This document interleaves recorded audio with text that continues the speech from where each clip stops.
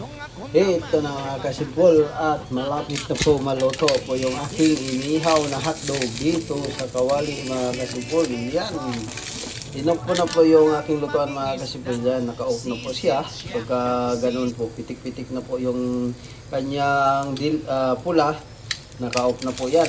Pero halo-halo po ba ito dahil sobrang init pa po itong kawali mga kasimpol.